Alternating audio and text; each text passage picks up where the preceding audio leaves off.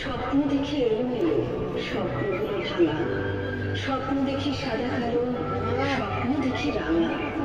হ্যাঁ, আমরা সকলে স্বপ্ন দেখতে ভালোবাসি। সুন্দর স্বপ্ন সর্বদা মন ভালো করে দেয়। তখন স্বপ্নের জগৎ ছেড়ে বেরিয়ে আসতে কিছুতেই মন চায় না। মনে হয় জীবনটাও যদি এমন সুন্দর স্বপ্নের মতো হতো, কত না ভালো হতো।